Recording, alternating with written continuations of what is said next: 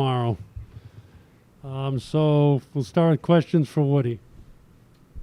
Woody, what differences did you see from Folty once the lineup turned over? I think it was just that fourth inning. He just obviously couldn't stop the bleeding, couldn't execute pitches when he needed to. Obviously, they hit some balls hard, but, I think the Urshela at bat, 3-2, he was ahead of him, 1-2, and just couldn't kind of finish him off. And, the pitch he actually threw was supposed to be away, and it was like off the plate in. Good piece of hitting by him. But after that, all those 2-out hits, one after another, and just obviously couldn't stop the bleeding, especially after we scored 3. I think that was the big part. That's a big one we talk about with our pitchers, like going out and getting us a 0 right there is really important to obviously winning the game. But that obviously was the key inning of the game.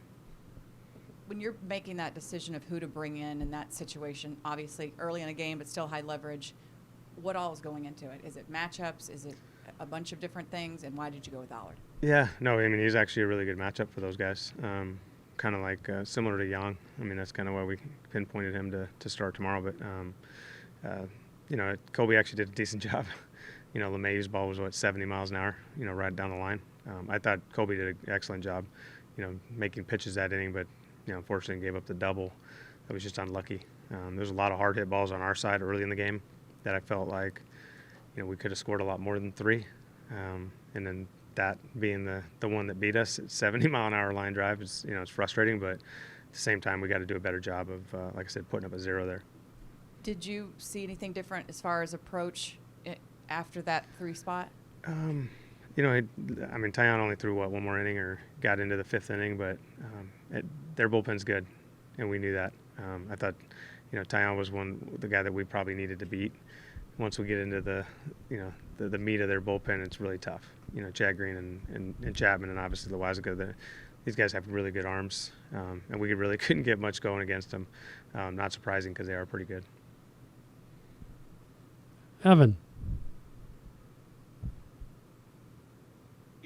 Does Folty struggle the second time through? And if so, why? I don't know if it's a second time through. I think it's just, once things kind of, I guess, start, when he tries harder, it doesn't necessarily work out.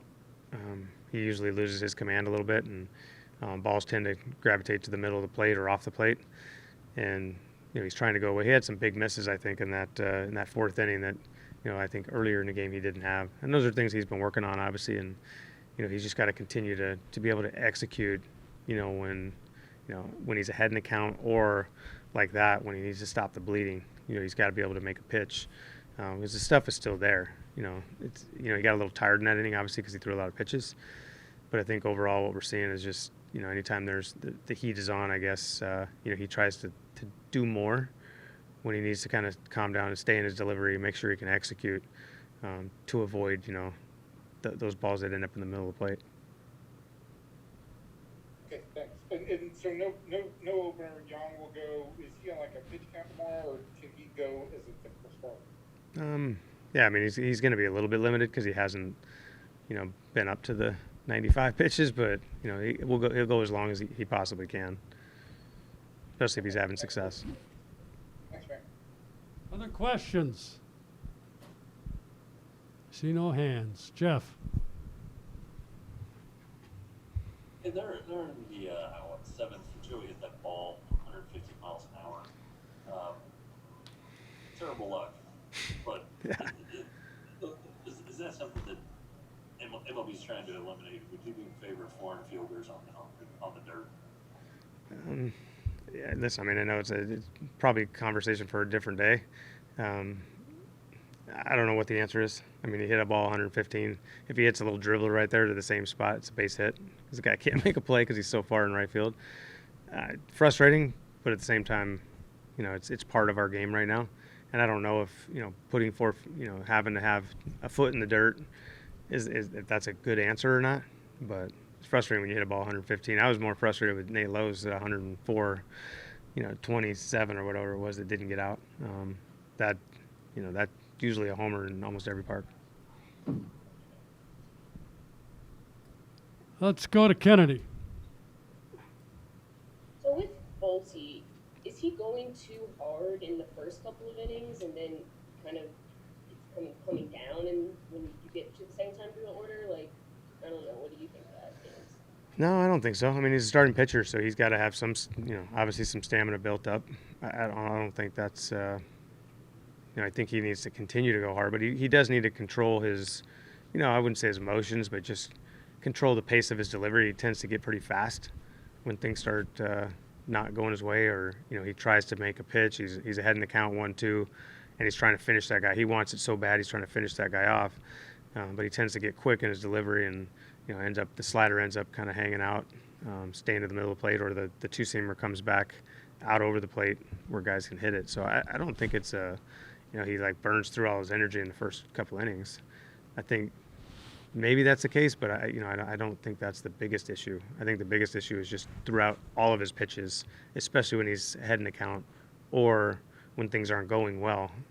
To be able to execute, he's got to be able to control his emotions and just be able to use his body properly. Have a guy like Folty who's so hyped up, so emotional. Obviously you want that. So how do you convey it to him that you have to keep that under control without being like just calm down? Yeah, he's not the first athlete that's ever been pretty high strung as an athlete. That gets pretty competitive. I think it's something that it's every athlete's journey, every ball player's journey to try to figure out the best way possible. We talk about these things openly. We have a mental skills guy that can help you understand how to do that on your own. Some guys are a little bit low key. Some guys are really high strung. He's obviously one of the high strung, high energy guys, which is great. But he's got to be able to regulate that and control that to be able to be effective consistently. Jeff? When you guys built that lead after the replay overturned the call at second, the team's got to take advantage of those situations and it seems correct. Yeah, no, it was good. You like that stuff you got to do. Yeah, and it was cool that we ended up scoring 3. I almost actually scored more than that. We were another hit away from potentially getting more. He had him on the ropes right there. It was a good job by Adam Brenner, our replay guy. I was potentially going to give him the hat if we had scored, if that ended up being the winner. But it ended up not. All right, thanks. Anything else for Woody? Okay, we will bring Folty in shortly.